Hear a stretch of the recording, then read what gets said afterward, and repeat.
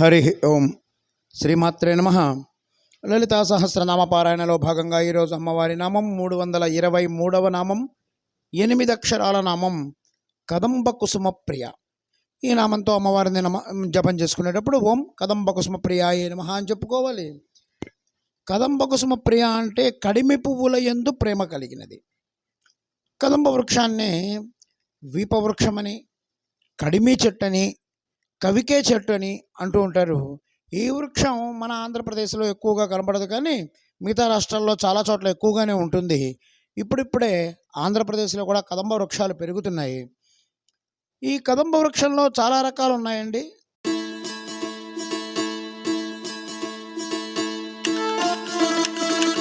ధారా కదంబం, భూమి కదంబం, ధూళి కదంబం, రాజధూళి కదంబం, రాజకదంబం, ఇలా రకరకాలుగా ఉన్నాయి. ఈ చెట్టు యొక్క పూల నుంచి వచ్చే రసం చల్లగా తియ్యగా ఉంటుంది. ఇది మంచి ఔషధ గుణం కలిగి ఉంటుంది. ఈ రసాన్ని లలితా త్రిపుర సుందరి దేవి చాలా ఇష్టంగా స్వీకరిస్తుంది. ఈ వృక్షము ఎలా ఉంటుందంటే ప్రేతశక్తిని నిర్మూలిస్తుంది. ఈ వృక్షం అంటే పరమశివుడికి చాలా ఇష్టం. ఈ చెట్టు మీదనే కృష్ణుడు గోపికల వస్త్రాలు దాచాడని ప్రతీతి. అమ్మవారు కదంబవనంలో ఎప్పుడూ నివసిస్తూనే ఉంటారు.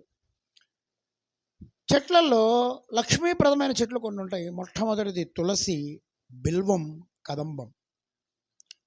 ఈ మూడిట్లో ఏదైనా సరే ఒకటి ఇంట్లో ఖచ్చితంగా ఉండాలి.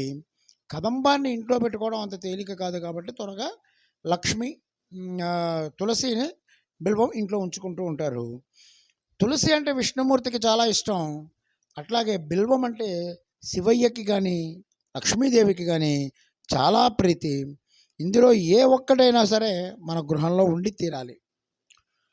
ఒక మంత్రం, ఒక సుగంధ ద్రవ్యం, ఒక రంగు, ఒక ఆహార పదార్థం, వీటన్నిటి సమ్మేళనమే తంత్రం. పవిత్రమైనటువంటి తంత్రసిద్ధి లేకపోతే ఏ ఇంట్లో కూడా పనులు శుభ్రంగా ఉండవు. వాళ్ళు కూడా సరిగ్గా పని చెయ్యలేరు. అమ్మవారు దివిని భువిని సృష్టి ప్రక్రియ ద్వారా అనుసంధానం చేస్తుంది. ఆకాశం మేఘావృతమై ఉరుములు ఉరిమినప్పుడు కడిమి చెట్టు మొగ్గదిలుస్తోంది. అంటే భువిని దివిని కలిపే వర్షం ఏదైతే వస్తుందో అదంటే కడిమి చెట్టుకి ప్రీతి.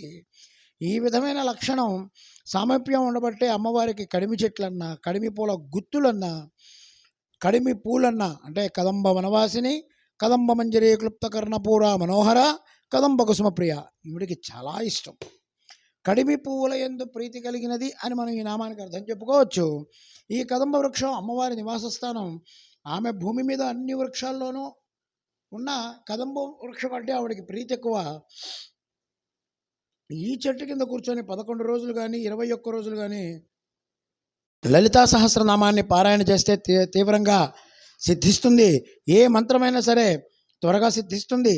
వివాహ దోషం, సంతాన దోషం, ఏదైనా గాలి లాంటిది ఉంటే కనుక వాళ్ళని ఈ చెట్టు కింద కూర్చోబెట్టి లలితా సహస్రం పారాయణ చేస్తే ఆ బాధలు తొలగిపోతాయి.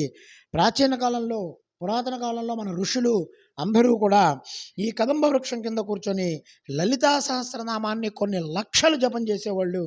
ఆ జప ఫలితం వాళ్ళకి త్వరగా సిద్ధించేది. శ్రీ విద్యతో సమానమైనటువంటి సిద్ధిని పొంది ఉండేవాళ్ళు. ఈ వృక్షం కింద కూర్చొని పూజ చేస్తే తల్లి పాదాల దగ్గర కూర్చొని పూజ చేసినట్టుగా ఫలితాన్ని పొందేవాళ్ళు. ఈ నామమంత్ర జపాన్ని నిత్యం ధ్యానం చేస్తూ ఉంటే మానసిక రుగ్మతలన్నీ తొలగిపోతూ ఉంటాయి. గృహంలో ఉన్న సమస్యలన్నీ కూడా తొలగిపోతాయి. ఇంటి మీద ఉన్న అప్పులు, ఆస్తి గొడవలు అన్నీ పోతాయి. సొంత ఇంటి కోసం ఈ నామజపాన్ని సంపుటీకరణ చేస్తే మీ సంకల్పం సిద్ధిస్తుంది. ఇంటికి దూరమైన వారు తిరిగి చేరడానికి ఈ నామం బాగా ఉపయోగపడుతుంది. ఓం ఐం హ్రీం శ్రీం కదంబ కుసుమ ప్రియాయ నమః. ఓం శ్రీమాత్రే నమః. ఓం శ్రీ మహారాజ్ఞే నమః. శ్రీమత్సింహాసనేశ్వర్యే నమః.